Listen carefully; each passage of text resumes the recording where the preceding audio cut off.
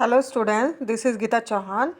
आज हम करेंगे ज्योग्राफी का lesson number 2, land, soil, water, natural vegetation and wildlife resources. Land यानी भूमि, सॉइल यानी मिट्टी, वाटर पानी, नेचुरल वेजिटेशंस प्राकृतिक वनस्पति यानी जो पेड़ पौधे होते हैं उनको कहा जाता है, एंड वाइल्ड लाइफ रिसोर्सेज यानी वन्य जीव संसाधन जो एनिमल्स होते हैं ना जंगल में, उनके लिए कहा गया wildlife resources.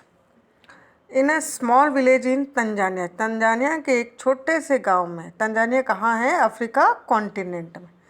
Mamba gets up early very early in the morning to fetch water. Mamba एक गर्ल है जो सुबह बहुत जल्दी उठती है और पानी लाने के लिए जाती है। She has to walk a long way, और लंबा रास्ता तय करती है, and return after a few hours, कुछ घंटों के बाद वापस आती है।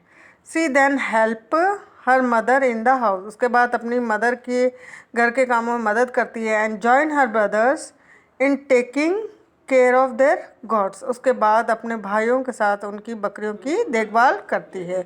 On her family owns is a piece of rocky land around their small hut, और उनकी फैमिली जहाँ रहती है, जिस स्मॉल हट रहती है उसके आस-पास एक चट्टानी भूमि है। Mamba's father can barley grow some maize, उस भूमि पर मामा के फादर बहुत हार्ड वर्क करके बार्ले मेज ग्रो करते हैं, एंड बीन्स, बीन्स यानी सेम की फली वहाँ ग्रो करते हैं। On it after toiling hard यानी बहुत कठिन परिश्रम के बाद। This is not enough to feed their family for the whole year, लेकिन ये जो प्रोडक्शन होता है वो उसकी पूरी फैमिली के लिए पूरे साल के लिए सफिशेंट नहीं होता है। Peter lives in the heart of the sheep rearing region in the New Zealand where his family runs a wool processing factory. Peter जो अलग पर्सन है, एक लड़का है जो कहाँ पे रहता है? न्यूजीलैंड, जहाँ पे भेड़ों का पालन पोषण किया जाता है, और उनकी फैमिली की एक फैक्ट्री है, wool processing factory. Every day when he return from school, प्रत्येक दिन जब वो स्कूल से लौटता है, Peter watches his uncle taking care of their sheep, पीटर देखता है कि उनके अंकल भेड़ों का देखभाल कर रहे हैं। Their sheep yard is situated on a wide grassy plain with hills in the far distances, और जो उनका भेड़ों का बारने के लिए जो फार्म हाउस टाइप में है वो एक बड़े से घास के मैदान में पहाड़ी इलाकों में है, दूर पहाड़ी इलाकों में है। It is manage in a scientific way, उसको उस फार्म हाउस को साइंटिफिक वे से मैनेज किया गया है, यूजिंग लेटेस्ट टेक्नोलॉजी, और लेटेस्ट टेक्नोलॉजी भी यूज़ की गई है उसमें। Peter's family also grow vegetables through organic farming, Peter की फैमिली ऑर्गेनिक फार्मिंग यानी जैविक खेती भी करती है। Mamba and Peter stay in two different part of the world, Mamba और पीटर इस वर्ल्ड के दो अलग अलग एरिया में रहते हैं, and lead very different life, और उनका जीवन स्तर बिल्कुल अलग है। ये क्यों है? This difference is because of the difference in the quality of land. क्या रीज़न है? Quality of land, soil, water, natural vegetations, animals and uses of technology, इन सारे रीजन्स के कारण उनका जीवन स्तर डिफरेंट है। The availabilities of such resources is the main reason place differ from each other. Resources किस लेवल पर अवेलेबल है उसके अकॉर्डिंग हम बता सकते हैं कि दोनों के लिविंग स्टैंडर्ड में कितना अंतर है। फर्स्ट है लैंड यानी भूमि। Land is among the most important natural resources, land सारे रिसोर्सेज में सबसे इम्पॉर्टेंट नेचुरल रिसोर्सेज है, प्राकृतिक स्रोत है। It covers only about 30% of the total area of the earth surface, और ये जो अर्थ का है, जो हम हार्ड सरफेस में रहते हैं, कितना एरिया कवर करता है? 30% of the total area of the earth surface, and all part of this small percentage are not habitable, और इसमें से भी इतने छोटे भाग में भी कुछ एरिया ऐसे हैं जहाँ पर लोग नहीं रहते हैं। The uneven distributions of population, जनसंख्या का असमान बंटवारा in different part of the world is mainly due to very characteristics of land and climate. जनसंख्या का जो असमान बंटवारा है, क्या रीजन है? मेन कारण ये है कि लैंड और क्लाइमेट में डिफरेंसेस आपको देखने को मिलेंगे। द रग्ड टोपोग्राफी यानी उबड़ खाबड़ भूमि, स्टिप स्लोप्स ऑफ द माउंटेन और ढाल वाले पहाड़, लो लिविंग एरिया सक्सेसिबल टू वाटर जहाँ पे पानी की कमी होती है,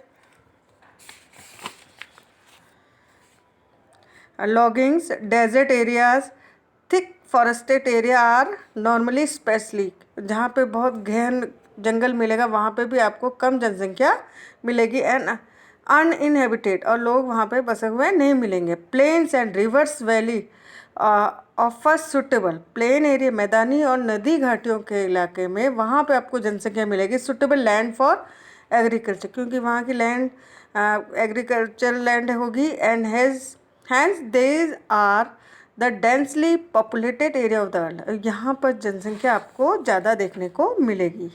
फिर है लैंड यूज़, भूमि का उपयोग हम किस प्रकार करते हैं?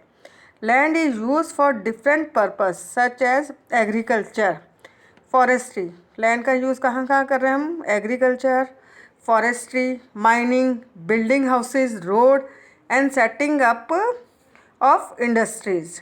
This is commonly term as land use. इसको क्या कहेंगे कि लैंड का यूज़ करना। Can you list out the different way in which Mamba's and Peter family use their land? The use of land is determined by physical factors. Land का use physical factor पर depend करता है, जैसे कि सच है topography. Topography यानी भौगोलिक स्थिति किस प्रकार की, लैंड किस तरह की है, soil, climate, minerals and availabilities of water, और पानी अवेलेबल है या नहीं है।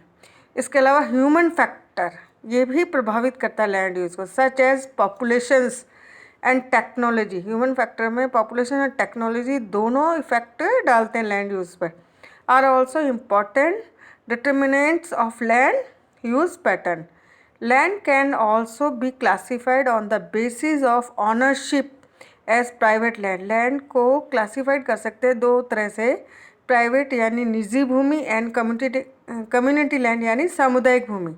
प्राइवेट लैंड में तो इंडिविजुअल व्यक्ति उसका मालिक होता है, कम्युनिटी लैंड में एक समुदाय उसका मालिक होता है। Private land is owned by individuals, various communities land is owned by the community for common uses. Community land में कॉमन यूजेस होते हैं, लाइक कलेक्शन ऑफ फॉडर यानी जहाँ पे जानवरों को चराया जाता है चारे के लिए, फोडर यानी चारा, फ्रूट्स, नट्स और medicals, herbs. These community lands are also called common property resources. Community land को कॉमन प्रॉपर्टी रिसोर्सेज भी कहा जाता है क्योंकि ये कॉमन सभी लोग यूज़ करते हैं।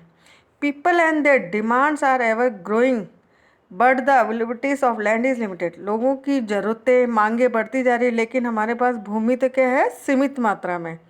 The quality of land also differ from place to place. भूमि की जो क्वालिटी है आपको हर जगह अलग अलग देखने को मिलेगी। पीपल स्टार्टेड एनक्रोचिंग, लोगों के द्वारा इसके ऊपर अतिक्रमण किया था। एनक्रोचिंग यानी अतिक्रमण। The common land to build up, जहाँ कॉमन लैंड होती है वहाँ पर लोग कमर्शियल्स एरिया बना देते हैं, हाउसिंग कॉम्प्लेक्स बना देते हैं in the urban areas and to expand the agriculture land. गाँव में अपनी एग्रीकल्चर लैंड को बढ़ा देते हैं in the rural area. Today the vast changes in the land use pattern, वर्तमान समय में लैंड यूज़ पैटर्न में आपको बहुत परिवर्तन देखने मिलेंगे। Also reflect the culture changes in our society. इसके अलावा इसके कारण कहीं हमारे कल्चर में भी परिवर्तन आ रहा है। लैंड डिग्रेशन, भूमि की उपजाऊपन कम हो रहा है। लैंड स्लाइड्स की प्रॉब्लम हो रही है, सॉइल इरोजन्स की प्रॉब्लम हो रही है। डेजर्टिफिकेशन यानी रेगिस्तानीकरण बढ़ता जा रहा है। Are the major threats to the environment, जो कि हमारे एनवायरनमेंट के लिए बहुत ही नुकसानदायक है। Because of the expansion of agriculture and, ये किस लिए, क्योंकि कृषि का विस्तार बढ़ता जा रहा है एंड कंस्ट्रक्शन एक्टिविटीज़ बढ़ती जा रही है। फिर है conservation of land resources, land resources का संरक्षण करना यानी उसको सेफ रखना। ग्रोइंग पॉपुलेशन, जनसंख्या के बढ़ने के कारण, and their ever growing demand, और उन लोगों की डिमांड बढ़ने के कारण, has led to a large scale destruction of forest cover, इसके कारण बहुत बड़े लेवल पर जंगलों का डिस्ट्रक्शन हो रहा है यानी विनाश हो रहा है। Arable land has created a fear of losing there natural resources, और कृषि योग्य भूमि भी अपना जो प्राकृतिक स्रोत है वो खोती जा रही है। Therefore, the present rate of degradations of land must be checked. इस कारण हमें भूमि का जो डिग्रेशंस है उसको रोकना पड़ेगा। Afforestations, land reclamations, regulated use of chemical pesticide यानी वनों का काटना रोकना पड़ेगा। लैंड रिक्लेमेशन, भूमि का उद्धार करना पड़ेगा। Regulated uses of chemical pesticides को रोकना पड़ेगा एंड फर्टिलाइजर्स को रोकना पड़ेगा। And checks on the over grazing are some of the common method, और ओवर ग्रेजिंग लैंड को कम करना पड़ेगा। ये सारे कॉमन मेथड अपना के हम लैंड को कंसर्व कर सकते हैं, कंसर्व लैंड रिसोर्स। नेक्स्ट है सॉइल यानी मिट्टी। The thin layer of the granny substance covering the surface of the earth is called soil. ऐसे पार्टिकल्स, छोटे छोटे कण जो अर्थ के ऊपर आपको पतली लेयर के रूप में मिलेंगे उसे कहेंगे हम soil. It is closely link to land, ये बिल्कुल ही लैंड से क्लोजली लिंक्ड होते हैं। Land form determine the types of soil. Land form किससे बना है? लैंड फॉर्म में अलग अलग टाइप्स के लैंड फॉर्म में आपको अलग अलग तरह की मिट्टी देखने को मिलेगी। Soil is made up of organic matter, किससे बने हुए हैं? ऑर्गेनिक मैटर यानी जैविक तत्वों से, मिनरल से, and weathered rocked found on the earth. This happen through the process of weathering. किस प्रोसेस से होता है ये? वेदरिंग यानी मौसम में परिवर्तन, ये अपक्षय प्रक्रिया कहते हैं इसको, जिसके कारण इसका निर्माण होता है। The right mix of minerals and organic matter make the soil fertile. सही तरह से जो मिनरल्स का मिक्सअप होता है और ऑर्गेनिक मैटर्स होते हैं सॉइल में, वो सॉइल को फर्टाइल यानी उपजाऊ बनाते हैं। ग्लॉसरी आपको लर्न करनी है। Weathering, the breaking up and decay of expose cause, expose rocks, चट्टानों के जो पार्टिकल्स छोटे छोटे टुकड़े होते जाते हैं और उसके अलावा टेम्परेचर चेंजेस, तापमान में परिवर्तन होता है। Frost action, plant, animals and human activities के कारण ये सॉइल का प्रोसेस होता है। आपको ये ग्लॉसरी लर्न करनी है। इसके अलावा do you know 90% of the world population occupy only 30% of land area. 90% population 30% land area को कवर कर रही है। The remaining 70% of land is specially populated, और जो 70% लैंड है वहाँ पे बहुत ही कम जनसंख्या आपको देखने को मिलेगी। इतना से ही आपको लर्न करना बेटा, साथ साथ पढ़ते भी जाइए और कोशिश कीजिए कि नोट्स भी बना सके आप, इससे क्या आपको जल्दी लर्न हो जाए। Thank you.